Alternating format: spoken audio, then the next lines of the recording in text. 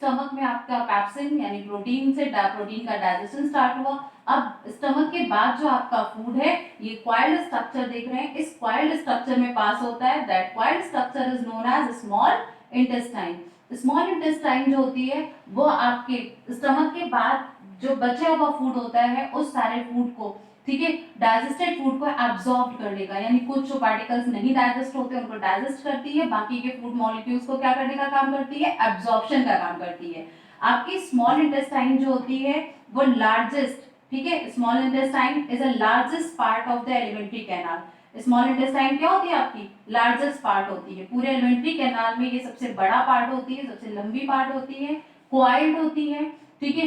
Plus इसमें आपके finger like projections पाए जाते हैं जिसको हम बोलते हैं विलाई, जिसको हम क्या बोलते हैं, विलाई होते हैं, VILLI विलाई।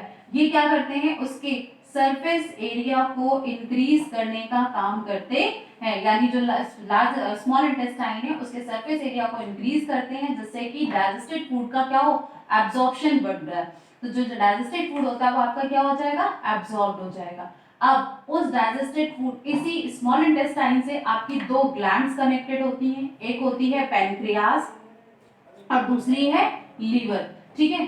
पैनक्रियास जो होता है उसमें आपका क्या कहते हैं कि पैनक्रियाटिक जूस रिलीज होता है। पैनक्रियास में क्या रिलीज होता है, पैनक्रियाटिक जूस रिलीज होता है। ये जूस जो होता है आपके बॉडी में जो शुगर की क्वांटिटी होती है उसको मेंटेन करने का काम करता है। अगर पैनक्रियाज में और इसमें हार्मोन जो होता है वो होता है इंसुलिन प्रेजेंट होता है। क्या प्रेजेंट होता है, इंसुलिन प्रेजेंट होता है। अगर इस पैनक्रियाज में पैनक्रियाटिक जूस में का रिलीज होना या इंसुलिन हार्मोन को रिलीज करना बंद कर दें तो we are suffering from the disease called diabetes. हमें एक डिजीज होती है जिसका नाम क्या है, डायबिटीज, यानी हम लोग हिंदी में उसे शुगर की बीमारी बोलते हैं।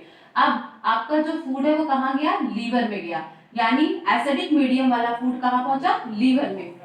लीवर में बाइल जूस का सिक्रेशन होता है, यहाँ पे कोई एंजाइम नहीं होते, यहाँ पे क्या होता है, बाइल जूस का सिक्रेशन होता है। ये फूड को बेसिक मीडियम में कन्वर्ट कर देता है। किसमें कन्वर्ट कर देता है, बेसिक मीडियम में, यानी आपका जो एसिडिक मीडियम का फूड था वो किसमें चेंज हो गया, बेसिक में चेंज हो गया।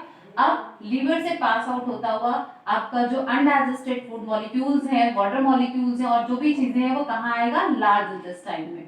लार्ज इंटेस्टाइन में वाटर और एसेंशियल चीजें या मिनरल्स जो होते हैं वो एब्सॉर्ब हो जाते हैं, ठीक है। बाकी का रिमेन्स फूड लार्ज इंटेस्टाइन से कनेक्ट होता है आपका रेक्टम और एनस, ठीक है। रेक्टम में आपका फूड कलेक्ट होता है और एनस के थ्रू आपकी बॉडी से क्या कर दिया जाता है, अनडाइजेस्टेड फूड को एजेशन कर दिया जाता है, बाहर निकाल दिया जाता है। Here we have to complete human digestive system. Now last topic is a nutrition in grass eating animal. Grass eating animals are also known as ruminants. इनको हम क्या बोलते हैं, ruminants बोलते हैं, because इनका जो डाइजेशन प्रोसेस है वो ह्यूमन बीइंग से अलग होता है। इनके पास 4 स्टमक्स होते हैं, हमारे पास एक ही स्टमक था but they have the 4 stomachs.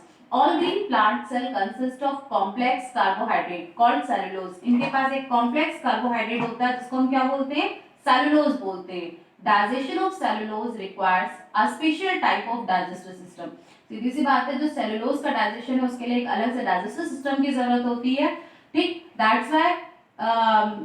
That's why their stomach or the digestive system is divided into 4 parts. तो बेसिकली इनका जो स्टमक होता है वो रुमेन, रेटिकुलम, ओमोसम, एबोमोसम में डिवाइडेड होता है। इन्होंने जो खाना खाया वो सबसे पहले आपका रुमेन में जाता है, रुमेन से फिर जाएगा आपका रेटिकुलम में, रेटिकुलम से वो वापस इनके माउथ में आता है, फिर ये उसको च्युइंग करते हैं और च्युइंग करके फिर भेजते हैं अमोसम में, और मौसम से भेजने के बाद एबोमोसम में सेंड करते हैं।